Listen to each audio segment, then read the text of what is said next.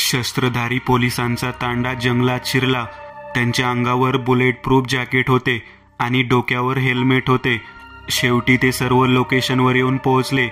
समोरच एक 20-25 फूट खोल खड्डा होता. अद्याप जंगलात धुके विरले सुद्धा नव्हते. त्या खोल खड्ड्यातून धुके वरती येत होते, पण आतमध्ये काहीच दिसत नव्हते. एका पोलिसाने रोपशिडी आतमध्ये टाकली तसे काहीतरी हालचाल खाली जाणवली. कोणीतरी त्या लटकणाऱ्या शिडीला पकडून वरती चढू लागले होते. तो सुभाष होता. त्याच्या खांद्यावर खोल जखम झाली होती व तिच्यातून रक्त वाहून तेथे सूजन निर्माण झाली होती.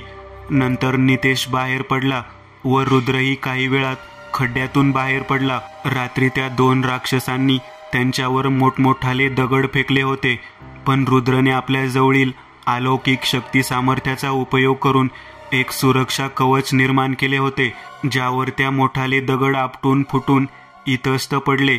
त्यानंतर रुद्र मात्र थकून खाली कोसळला, पण त्यांचा जीव त्या मोठ्या संकटातून वाचला होता.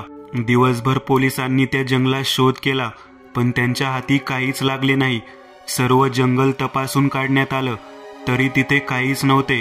रुद्र आणि नितेश रात्रीचे जेवण करत होते. काल रात्री थंडीने त्यांची तब्येत थोडी नाजूक झाली होती. सुभाष तर कसाबसा खड्ड्याच्या कोपऱ्यात आपले अंग चोरून आणि खांद्याला झालेल्या जखमेमुळे होणाऱ्या वेदना सहन करत पडला होता. तितक्यात दारावरची बेल वाजली. तू नको, मी बघतो, नितेश निकिताला जागीच बसवत म्हणाला, कारण ती गर्भवती होती. नितेशने दरवाजा उघडला. दारात सुभाष उभा होता. ये आत ये, बाहेर थंडी आहे, नितेश हसत म्हणाला. सुभाषनेही हसत त्याला अभिवादन केले. अरे सुभाष, जेवणार काय? आता जखम कशी आहे? रुद्रने विचारले. नाही रुद्र, मी जेवूनच आलोय आणि मी बरा आहे आता, सुभाष समोरील खुर्चीवर बसत म्हणाला. का, काय झाले होते? ही जखम कसली? निकिताने विचारले. अगं काही नाही, आम्ही त्या अपहरणकर्त्याला पकडणारच होतो, पण इतक्यात त्यांनी आमच्यावर हल्ला केला होता, नितेश समजावत म्हणाला. एक अपहरणकर्ता आणि तुम्ही तिघे, तरी तुम्ही त्याला कसे काय पकडू शकला नाहीत? निकिताने प्रश्न केला. अगं ते 2-3 होते आणि साधे नव्हते. आता तूच सांग, धावत्या ट्रेनमधून मुलांचे अपहरण करणारे साधे असतील काय? तुम्ही आणि तुमचे काम विचित्रच, निकिता फक्त उद्गारली आणि आपल्या खोलीत निघून गेली. जेवण करून हे तिघेही हॉलमध्ये सोफ्यावर येऊन बसले. सुभाष, काहीतरी हाती लागले काय? नितेशने विचारले. नाही, काहीच नाही. लागणार तरी कसे? ते राक्षस होते आणि शोधणारी माणसे, सुभाष म्हणाला. तरी त्यांची कुठेतरी राहण्याची जागा नक्कीच असेल. तीच काही करून शोधावी लागेल. असे उगाचच स्वतःहून जीव धोक्यात घालणे म्हणजे मूर्खपणाचेच कारण. ते आपल्याला अधिकच भटकवू शकतात आणि वेळ प्रसंगी आपला जीवही घेऊ शकतात, रुद्र म्हणाला. पण रुद्र, हे कसे काय करणार आपण? पोलिसांनी तर त्या जंगलातील कोपरानकोपरा तपासून काढला आहे, नितेश म्हणाला. होय, नितेश बरोबर सांगतो. आम्ही आमच्या परीने खूप प्रयत्न केले, रुद्र, पण काहीच सापडले नाही. आता कोणताच मार्ग उरलेला नाहीये, सुभाष म्हणाला. एक मार्ग आहे, पण तसे करायला कोण तयार होणार? रुद्र म्हणाला. कोणता मार्ग? सुभाषने विचारले. आपल्या देखरेखीखाली एखादी बाई तिच्या मुलाबरोबर त्या ट्रेनमधून प्रवास करेल आणि अशा ती शक्ती त्या मुलाला चोरण्यासाठी तेथे येईल, तर तिची पुढील कृती नेमकी काय आहे आणि ती त्या मुलाला घेऊन कशी काय आणि कुठे जाते हे आपल्याला जमेल. पण रुद्र, असे करायला कोण तयार होणार? तेही आपल्या मुलाबरोबर? किंवा एखाद्या मुलाचा जीव धोक्यात टाकणारी अशी बाई कुठे भेटेल? नितेश म्हणाला. अशी कोणीतरी भेटेलच, जी त्या 15-16 मुलांच्या जीवासाठी आपल्या मुलाला देऊ शकेल. मात्र तेही अशक्यच. मात्र हा एकमेव मार्ग आणि पर्याय आपल्याकडे आहे. प्रत्यक्ष घटना घडत असताना ती जर आपल्या नजरेस पडली तर काहीतरी मार्ग नक्कीच काढता येऊ शकतो. इतके नक्की आहे. तसेही ब्रह्मराक्षस काही साधे नसतात. त्यांच्याजवळ अफाट शक्त्या आणि वेगवेगळ्या शस्त्राचे आणि गोष्टीचे ज्ञान असते. अशात कुकर्म केलेला ब्राह्मण ह्या योनीत जातो. म्हणजे हेही होऊ शकते की त्यांनी एखाद्या वाईट शक्तींविषयी ज्ञान मिळवले असेल आणि ते तिचा वापर करत असतील. रुद्र म्हणाला. सुभाष कुठल्या तरी विचारात शिरला होता. काय झाले सुभाष, इतका कसला विचार करतोस? नितेशने विचारले. इतक्या मुलांच्या जीवाचा प्रश्न आहे, अशात एकच मार्ग मोकळा आहे. होय, आपण हे करू शकतो. एक मुलगा जो 5 वर्षाच्या आत येतो असा माझा मुलगा. सुभाष अडखळला. सुभाष, असा मूर्खपणा करू नकोस. बेपत्ता झालेल्या मुलांचा काहीच थांगपत्ता नाहीये आणि ते जिवंत असतीलच ह्याचीही शाश्वती नाहीये. सुभाषच्या बोलण्याचा रोख ऐकून रुद्र दचकत म्हणाला. पण तरीही हा एकमेव मार्ग आहे. आता अमृता काय उत्तर देते त्यावर ते अवलंबून आहे. तसेही ती माझा प्रत्येक शब्द पाळते. सुभाष आपली नजर कुठेतरी खिळवून बोलत होता. सुभाष, हा वेडेपणा आहे. आपण कुठला तरी वेगळा मार्ग शोधू. काय बोलतोस रुद्र? नितेश म्हणाला. रुद्र गप्प काहीतरी विचार करत खाली मान घालून बसला होता. हे असे दरवर्षी होते, बरोबर ना नितेश? ह्याचा छडा जर आता लावला गेला नाही तर हे पुढे खूप भयानक वळण घेईल. तुम्ही तयारीत असा, मी सर्व व्यवस्था करून ठेवतो, म्हणत सुभाष आपल्या तोंडावर हात ठेवत बाहेर पडला. सुभाष, ऐक तर, नितेश ओरडला. पण सुभाष बाहेर पडला होता. रुद्र, हे सर्व काय झाले? नितेश डोक्याला हात लावत म्हणाला. तो देशाचा सिपाई आणि नागरिकांचा रक्षक आहे. त्याचे वर्तन त्याला साजेसे आहे, मात्र हे बरोबर होणार नाहीये. पण याशिवाय दुसरा मार्ग काय आहे? ते जर समोर असेल तर आपण काहीतरी करू शकू. त्या मुलाच्या जीवाचे रक्षण करण्याची जबाबदारी आपली आहे असे समज. हे प्रकरण वाटते तितके सोपे नाहीये.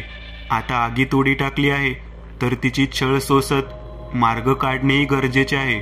रुद्र म्हणाला. स्थळ इगतपुरी रेल्वे स्टेशन. वेळ रात्रीची. एक बाई आपल्या 4 वर्षाच्या मुलाबरोबर नाशिकला जाण्यासाठी रेल्वेत चढली. तिच्या कानात एक वायरलेस हेडफोन होते जे तिच्या सुटलेल्या केसाखाली लपलेले होते. अमृता, घाबरू नकोस. आम्ही येथेच दुसऱ्या डब्यात आहोत. तुला निवडून दिलेल्या जागेवर जाऊन बस. तिथे छुपा कॅमेरा आहे ज्याच्याद्वारे आम्ही तेथील सर्व हालचालींवर नजर ठेवणार आहोत. संपूर्ण डब्यात साधारण वेश धारण केलेले पोलीस बसलेले आहेत. तसेच काही प्रवासी आहेत. घाबरू नकोस, हिम्मत धर आणि जसे रुद्रने तुला सांगितले आहे त्याप्रमाणे तुला दिसणाऱ्या प्रत्येक दृश्याला आणि गोष्टीला ध्यानात राखण्याचा प्रयत्न कर. जे काही घडेल ते नंतर पुढचे पुढे पाहू. रवीला काही होणार नाही ह्याची पुरेपूर आम्ही काळजी घेऊ. सांभाळून. All the best. सुभाषने आपले बोलणे संपवले. अमृता आपल्या मुलाला घेऊन ठरवलेल्या जागी बसली. खिडकीतून हलकेसे धुके आतमध्ये येत होते. वातावरणात तितकंच थंडीही पसरली होती. काही वेळातच ट्रेन खडखड करत धावू लागली. एक दीर्घ श्वास घेत अमृताने आपल्या छातीवर हात ठेवला, कारण जसजसे ट्रेन अंतर कापत होती तसतसे अमृताचे काळीज चिंतेने आणि अनामिक भीतीने उडत होते. इतर रुद्र आणि नितेश व सुभाष आपल्या लॅपटॉपवर नजर खिळवून बसले होते. किती वेळ गेली कोणाला काहीच कळले नाही आणि कोणीतरी अमृताच्या समोरील सीटवर येऊन बसले होते. कोण बाई तू? कुठे चाललीस? सुभाषच्या कानाला लावलेले हेडफोन वाजले. समोर येऊन बसलेल्या बाईने अमृताला विचारले होते. अमृता मात्र फारच घाबरून गेली होती व ती औंढे गिळत सुटली होती. थंडीतही तिला घाम फुटला होता. अमृता, हिम्मत धर, घाबरू नकोस. तिला शंका येईल असे वागू नकोस. सुभाष बोलला तसे अमृताने स्वतःला सावरले. रुद्र आणि नितेशही समोरील दृश्यावर आपले डोळे खिळवून होते. पुढे काय होईल सर्वांनाच त्याची उत्सुकता लागून होती. ती बाई जिने आपले संपूर्ण अंग एका काळ्या चादरीत झाकून घेतले होते, जी कोण कुठून आली हे कोणालाच ठाऊक नव्हते, ती अमृताबरोबर बोलत सुटली होती. काही वेळातच ती एकदम गप्प झाली. भीतीने आणि काळजीने अमृता जागीच गोठून गेली होती. तिला झोप ती कशी येईल? काहीच वेळात खिडकीतून खूप सारे धुके आतमध्ये शिरू लागले आणि जेव्हा ते विरले तेव्हा अमृता सर्वांना झोपलेली दिसली. ती बाई जशीच्या तशी जागीच स्थिर बसलेली होती. सुभाष घाबरून गेला. त्याचा मुलगा तिथे एकटाच बाजूला बसला होता. सुभाष काळजीने त्या दृश्याकडे पाहत होता. तेवढ्यात रुद्रने सुभाषच्या खांद्यावर हात ठेवला. त्याबरोबर आपले पाणावलेले डोळे सुभाष चोरत बाजूला पाहू लागला. सुभाष, घाबरू नकोस, नितेश सुभाषला हिम्मत देत म्हणाला. खडखड करत ट्रेन पाठीमागून वेगात जात होती. तसे अमृताने दचकून मागे पाहिले. आताच मी ट्रेनमध्ये होते आणि इथे कशी काय? जरी तिला सुभाषने या सर्व घटनांची माहिती आधीच दिली होती तरी ती एकदम घाबरून आणि भांबावून गेली होती. तिने आपल्या कानाला हात लावला. हेडफोन तिच्या कानाला होते. सुभाष, हॅलो सुभाष, अमृता ओरडू लागली होती. मात्र तिथे तिला ऐकणारे कोणीच नव्हते. ती कोणत्या तरी वेगळ्याच दुनियेत उभी होती. अचानक तिचे पाय आपोआप जंगलाच्या दिशेने उचलले गेले, जसे तिला कोणीतरी हुकूम सोडला होता. आणि अमृता नको तरी त्याच्या आज्ञेत सर्व काही करत सुटली होती. जसे बाकीच्या स्त्रियांबरोबर घडले होते त्याच क्रमाने अमृतासोबतही सर्व काही घडत होते. इथे सुभाष, रुद्र आणि नितेश स्क्रीनवरून आपल्या नजरा थोड्या सुद्धा बाजूला फिरवत नव्हते. आणि तेवढ्यातच भरपूर सारे धुके ट्रेनच्या डब्यात शिरले. सुभाषने आपले वॉकी टॉकी हातात घेतली आणि पुढच्याच क्षणी सुभाषच्या कानात एक जोरदार किंकाळी शिरली. सुभाषने कानाला हात लावला. ती किंकाळी अमृताची होती. स्क्रीनवर एका झटक्यात मुंग्या पसरल्या. तिथे नो सिग्नल होता. चार्ज, सुभाष ओरडला. ते तिघे लगेच अमृताच्या दिशेने धावले. अमृता खोकत रडत होती. सुभाषने लगेच तिला पकडले. काहीच वेळात धुकेही गायब झाले. पण रवी तिथे नव्हता. त्याच्या जागेवर तेच लाल कापडाखाली एक चमकदार गोळा होता, पण त्याची अर्धी अधिक बाजू एकदम काळी पडली होती. कुठे गेली ही? सुभाष बाकीच्या पोलिसांवर ओरडला. नितेश, चैन ओढ लवकर, रुद्र ओरडला. तसे लगबगीने नितेशने चैन ओढली. तशी काहीच वेळात ट्रेन थांबली. महिला कॉन्स्टेबलला सुभाषने अमृताला घरी पोहोचविण्याचा हुकूम केला. तो चमकदार गोळा सुभाषने एका हवालदाराकडे सोपवला. रुद्र, नितेश व सुभाष आणि बाकीचे सर्व पोलीस थांबलेल्या ट्रेनमधून बाहेर पडले. सुभाषने त्या गटाच्या 2 टोळ्या केल्या. एक त्याने मागच्या बाजूला असलेल्या जंगलाच्या दिशेने जाण्याचा हुकूम सोडला. आता उरलेले हे तिघे होते आणि समोरच घनदाट जंगल आणि काळोख होता. त्यांनी आपल्या मोबाईलची टॉर्च सुरू केली व ते जंगलात शिरले. अचानक काहीतरी छन छन आवाज त्यांच्या कानी आला. असे वाटत होते की कोणीतरी त्यांच्यावर नजरा खिळवून होते आणि ते आता त्यांच्यापासून पळ काढण्याचा प्रयत्न करत आहे. रुद्र लगेच त्या आवाजाच्या दिशेने धावला. त्याला तसेही अंधाराची सवय होतीच. नितेश आणि सुभाषही त्याच्या मागे होतेच. झाडाच्या एका बुंद्यापाशी रुद्रच्या नजरेस एक कापड हवेत फडफडताना दिसले. तसेच ते पुढच्या क्षणी दूर निघून गेले. रुद्र त्याच्याच मागावर होता. आतापर्यंत रुद्रला ते दिसू लागले होते जे एका झाडाचा आडोसा घेऊन पळत होते. रुद्रने आधीच आपल्या हातात त्रिशूळ सांभाळले होते. रुद्रने आपल्या सिद्धीचा वापर केला व सामान्य धावेपेक्षा तो अधिक वेगाने त्या पाठमोऱ्या आकृतीच्या मागे धावू लागला होता. आता ती काहीच अंतरावर होती. तसे रुद्रने त्याच्यावर त्रिशूळ फेकले.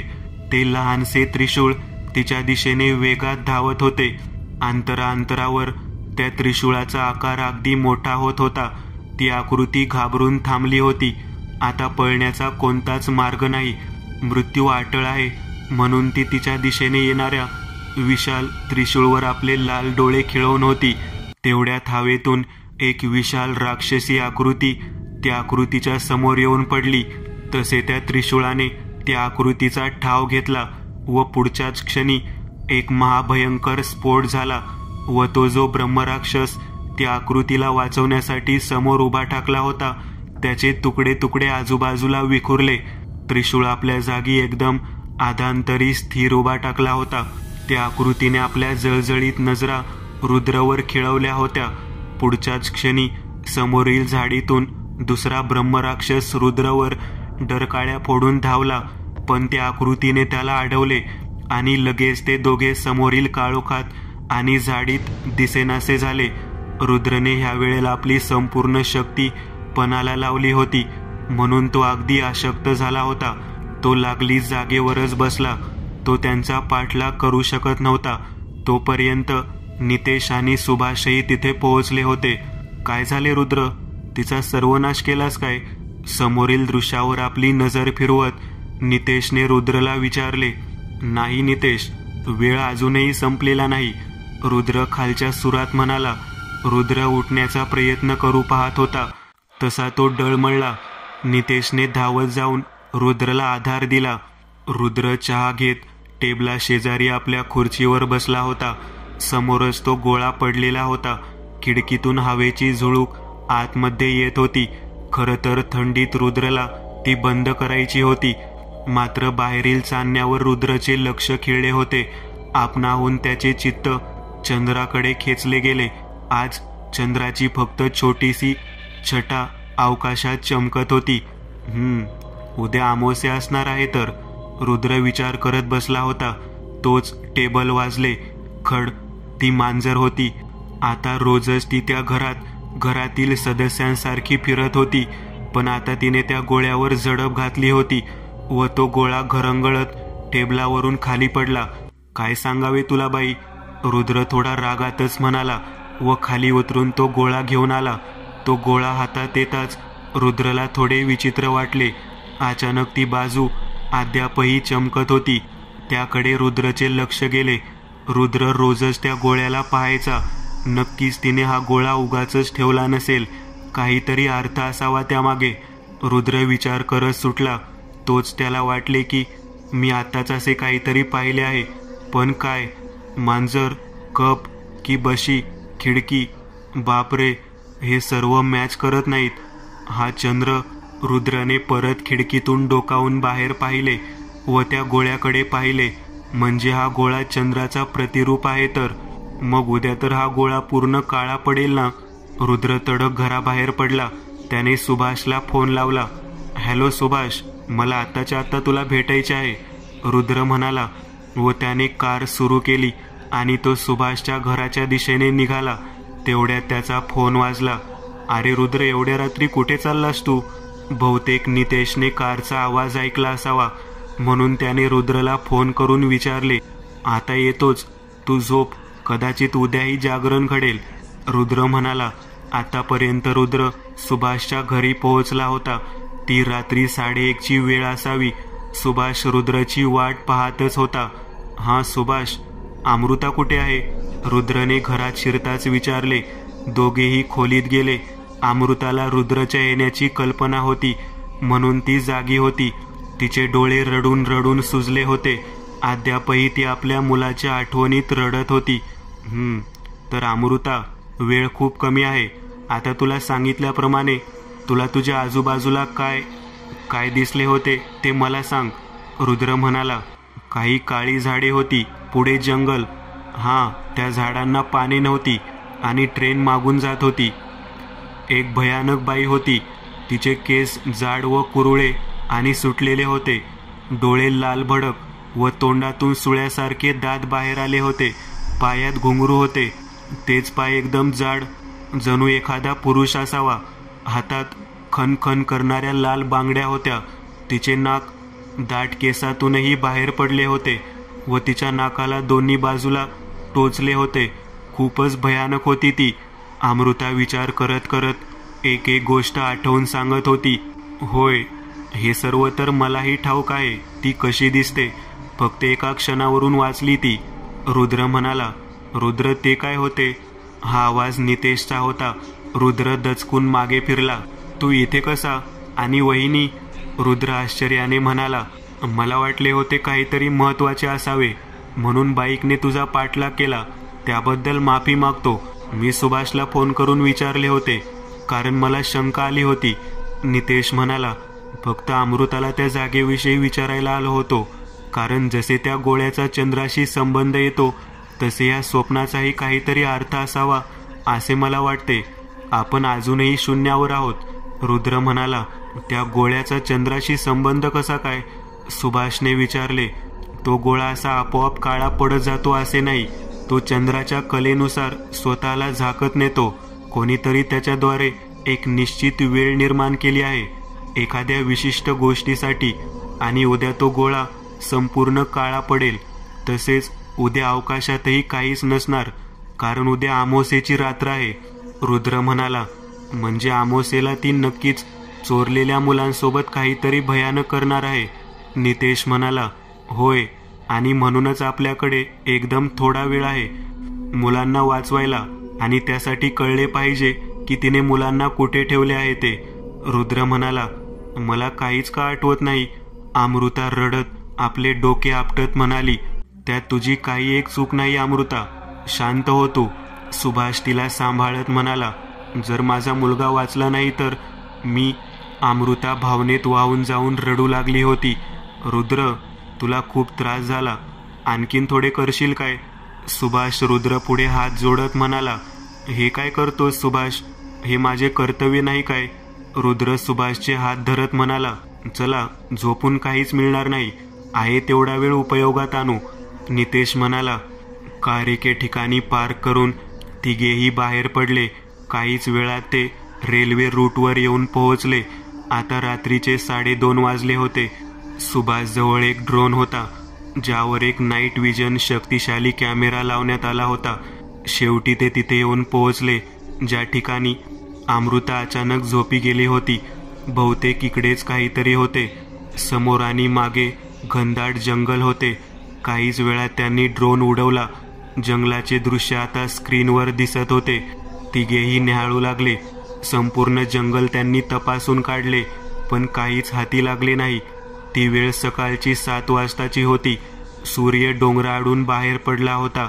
हे तिघेही 2-3 रात्रीच्या जागरणाने पूर्ण थकून गेले होते. रुद्र, हे काय आहे? नितेशने विचारले. रुद्र समोर वाहणाऱ्या ओळात आपले तोंड धुत होता. त्याला नीटसा आरामही मिळाला नव्हता, आणि आज तो पूर्ण थकून गेला होता. रुद्र, मला नवल वाटते. आज आपण संपूर्ण रात्र जंगलात होतो, तरी त्यांनी आपल्यावर हमला का नाही केला? सुभाषने प्रश्न उपस्थित केला. कारण हे असू शकते की त्यांना वादात पडायचे नसेल. तरी समुद्र जरी शांत भासत असला तरी तो शांत नसतो. आपण त्यांना शोधत आहोत, मात्र त्यांच्या योजना आपल्या कल्पनेपेक्षा खूप मोठ्या असाव्यात. तसेही त्यांची वेळ जवळ आली आहे. रुद्र म्हणाला. एकच प्रश्न पडतो, आपण त्यांना संपूर्ण जंगलात शोधले, ते इथे नाहीत, मग त्यांचे वास्तव्य कुठे असेल? सुभाषने विचारले. अशा ठिकाणी जेथे सामान्य माणूस पोहोचू शकत नाही. नितेश म्हणाला. आता आपण जाऊयात, नाहीतर अतिजागरणाने आजारी पडून जायचे नाही. म्हणून ते तिघे परत माघारी फिरले. अजून एक निराशा त्यांच्या हाती लागली होती. थोडा आराम करून रुद्र परत चहा घेऊन टेबलाजवळील खुर्चीवर बसला. आता दुपारचे 3 वाजत आले होते. आपली मान मागे रेलत तो काहीतरी विचार करत होता. रुद्र, हे काय आहे? एक आवाज त्याच्या कानी पडला. तसा रुद्र दचकला.